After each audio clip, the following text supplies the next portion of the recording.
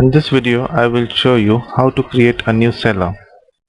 Assuming that you have logged in into the system, go to the Systems Configuration tab and click on the Supplier Development button. Once you click on this button, a form will open up having some existing uh, seller records if you have already have entered some sellers in the system. If you want to enter a new seller, click on the Add Seller button. When you click on the Add Seller button, the previous record vanishes and the form opens up with a blank record, asking you to enter a new seller. You can enter your seller's name here, along with his address, his PIN code. Make sure you enter the city of the seller and the country. This is necessary, as I told you also in the customer module, that it's required during indenting. Once you create a seller, you can use it in the inquiry, in the indent, and also in the debit note. You can also use the same thing in the direct marketing module. So deleting the seller is very dangerous because it will vanish from the customer inquiry, from the direct marketing module, from the indenting module, and also from the debit note module. Make sure you have an email address for the seller.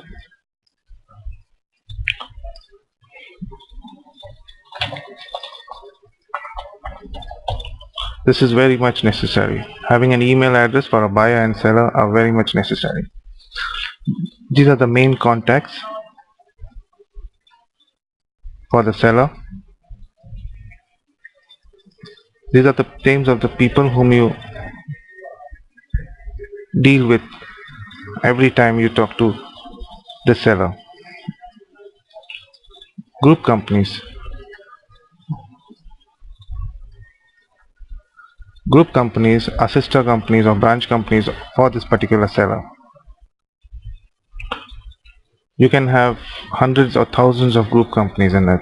You can have the names and positions of each person in each group company whom you deal with. Bank details. These are the bank details of the seller. Filling up these details are very necessary because the buyer needs these information to open LC against the seller.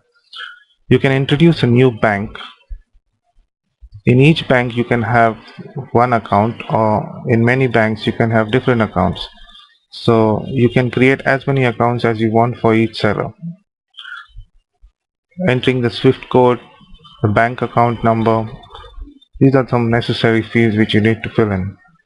You can give short comments about the seller as to how he is doing business with you.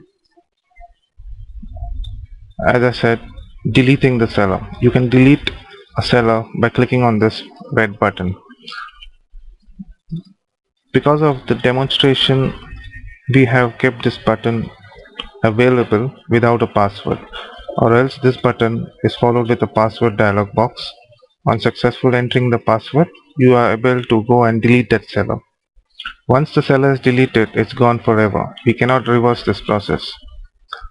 Not with this undo button. You cannot undo a delete process. This undo is just to undo the last typed data. You click undo, what you just typed will go. It doesn't mean that if I delete a seller and I undo it, that operation was going to reverse. The refresh button, which says click here for latest update. You may have a sourcing team who is adding buyers and sellers from their different terminals at the same time. For example, we have entered a new seller called Seller 2. On another terminal on the same network, another user from the sourcing team must have introduced a new seller called Seller 3.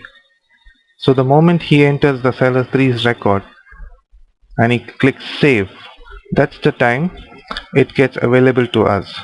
Supposing if that user is entering data on Seller 3 and you are not getting to see that in this list, which means that seller is still editing that record and he has not finished saving it.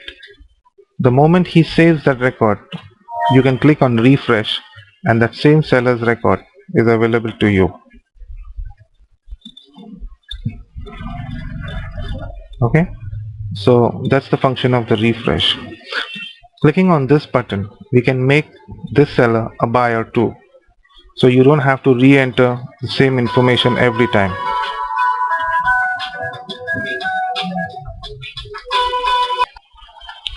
It's very necessary to have an email address for every seller you introduce, because we have a system of RFQ, request for quotation, in the CRM. So whenever you're trying to request for a quotation from any of your sellers, it's very important that you need to have his email address. So by hook or by crook, make sure that an email address is entered. In early days, we used to have a fax number. Nowadays, I don't think anybody uses a fax anymore. The method of communication has switched to emails. So please make sure that you have an email entered.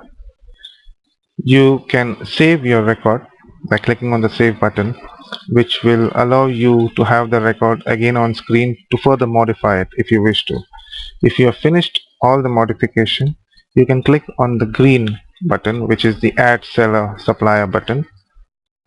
On clicking on this button, the information will be saved to your database and the form will blank out again for you to add a new seller.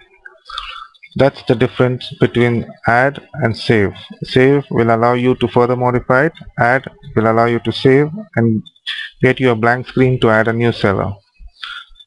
That's how you create a new seller. The save and exit allows you to save the record before you exit it. Click on save and exit and you come back to your main screen. That's it. Thank you.